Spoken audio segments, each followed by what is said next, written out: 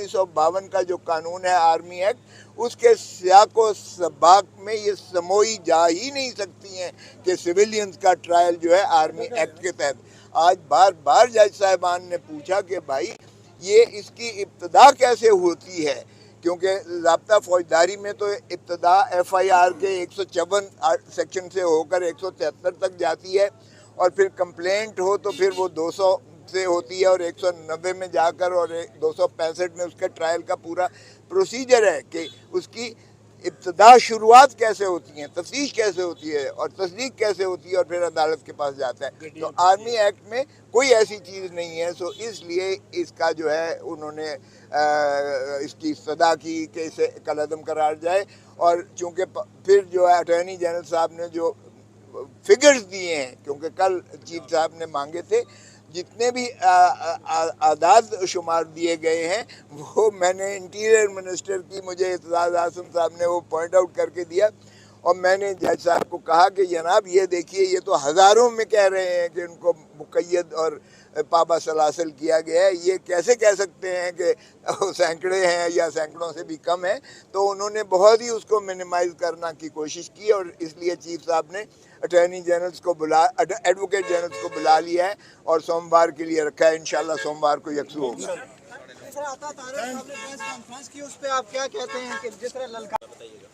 देखें, आज हमारे फॉर्मर चीफ जस्टिस उनकी जो है पिटिशन को आर्ग्यू किया गया है। उनके माशाल्लाह वकील साहब ने बड़ा असर हासिल उसमें अपने बहस करके, और FB Ali, brigadier retired FB Ali के केस से लेकर और जो है लियाकत हुसैन के केस जो 1999 में था, और पहला केस 1975 का था, और उसके बाद जो है तीसरा केस जो 2015 का डिस्ट्रिक्ट बार एसोसिएशन।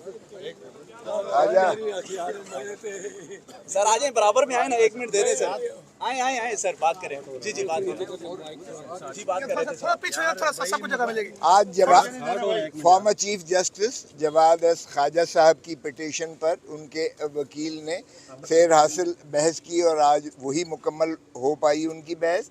उसमें उन्होंने इस्तदलाल देते हुए दोनों ही चीज़ों का जो है वो आइन से मुतसादिम करार देने की इस्तदा की कि आर्मी एक्ट 1952 का दफ़ा 5 की शिक नंबर 1 और शिक नंबर 2 दोनों ही उन्होंने कहा कि ये उससे मुतजावज़ हैं, बुनियादी हकूक़ के मुतसादिम है, इसलिए आर्टिकल 8 आइन के तहत उनको कलअदम करार दिया जाए। और उसमें उन्होंने बड़ा ख़ूबसूरत तरीके से डिस्टिंक्शन भी की कि ये जो है सिविलियंस पर इसका इतलाक़ नहीं होता। और अगर आर्मी एक्ट 1952 को पढ़ें भी तो उसमें भी वो शुरुआती इस तरह होती हैं कि वो आर्मी के जो पर्सनेल हैं उनके लिए डिसिप्लिनरी फोर्स के मुतालिक जो कवानीन होना चाहिए थे उसी को जो है मुंदरज किया गया है 1952 के आर्मी एक्ट में।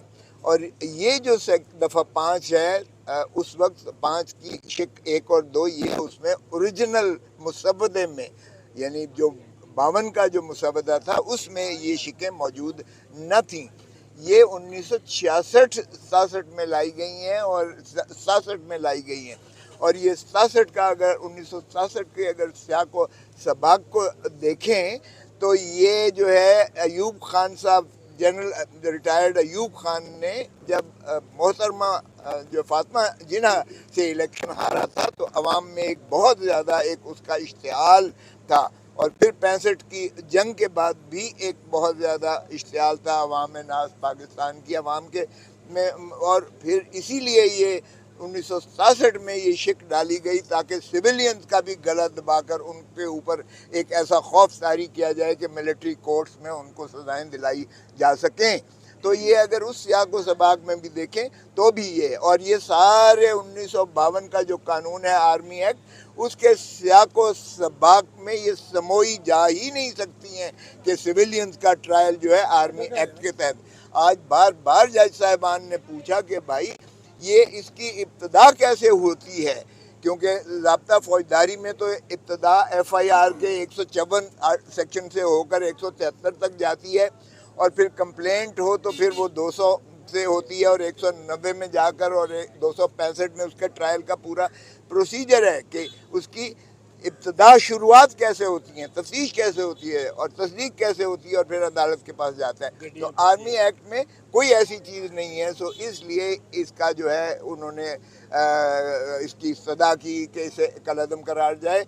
और चूँकि फिर जो है अटॉर्नी जनरल साहब ने जो फिगर्स दिए हैं, क्योंकि कल चीफ साहब ने मांगे थे, जितने भी आदाद शुमार दिए गए हैं वो मैंने इंटीरियर मिनिस्टर की मुझे इत्तज़ाज़ आसिम साहब ने वो पॉइंट आउट करके दिया और मैंने जज साहब को कहा कि जनाब ये देखिए ये तो हज़ारों में कह रहे हैं कि उनको मुक़य्यद और पाबा सलासल किया गया है, ये कैसे कह सकते हैं कि सैकड़े हैं या सैकड़ों से भी कम है। तो उन्होंने बहुत ही उसको मिनिमाइज़ करना की कोशिश की और इसलिए चीफ साहब ने अटॉर्नी जनरल्स को एडवोकेट जनरल्स को बुला लिया है और सोमवार के लिए रखा है। इंशाल्लाह सोमवार को यकसू होगा।